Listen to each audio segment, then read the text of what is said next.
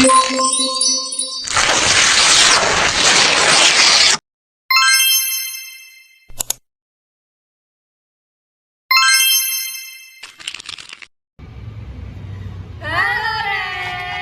kepangaken kula Adika Sasabila Wahyudi absen gangsal saking kelas sedasa C. Lan iki rencang kula Syakira Cafrantias Ramadhani absen 13 sekawan. enggal undangan menika kita badhe medharaken salah sawijine cerita praga wayang ingkang ira-iraipun Baladewa. Baladewa utawi Kakrasana yaiku putra Prabu Basudewa saking Praja Mandura lan Dewi Mahindra. Panjenenganipun kagungan dulur kembar ingkang asma Kresna. Senajan kaya kembar, Baladewa lan Kresna kagungan raga ingkang cirinipun beda. Warnanipun cucal Baladewa pethak kados gule, nanging warnanipun cucal Kresna ireng cemani. Sakwitune Kresna, Baladewa ugi kagungan dulur wadon. Nanging boten sami beliau ingkang asma Bratajaya utawi Sunggara.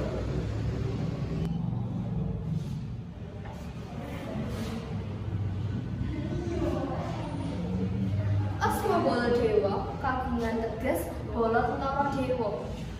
Lajeng bala tegesipun prajurit sekti Mandraguna. Baladewa ugi kasebut Kakresna, Kaksana, Balarama, Wasijaladara lan Cenigalala. Awit saka alit, Baladewa lan kekalih adine sasinidan ing Kademangan Widara Kandhang.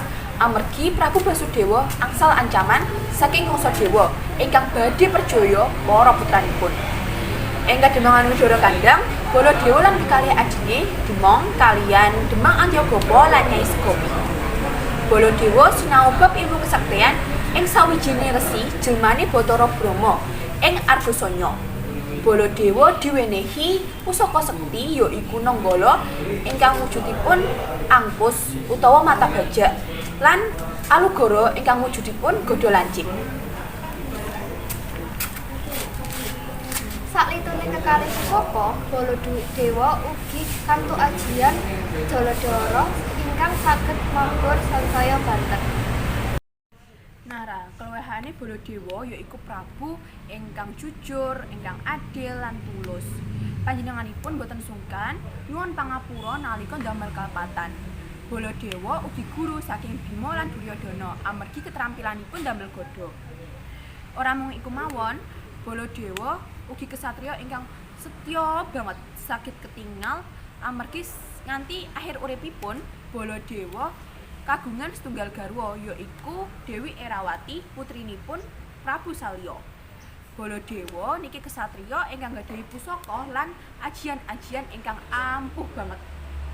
Nanging Baladewa kagungan kekurangan yaiku gampil ngamuk, gampil nesu, lan gampil diasup tiyang.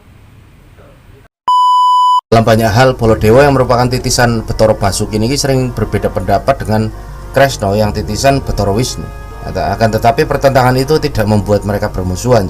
Bahkan kalau keduanya berdebat, selalu Kakrasana yang mengalah karena ia menganggap adiknya itu memang lebih mahir berbicara, pandai membujuk dan meyakinkan orang.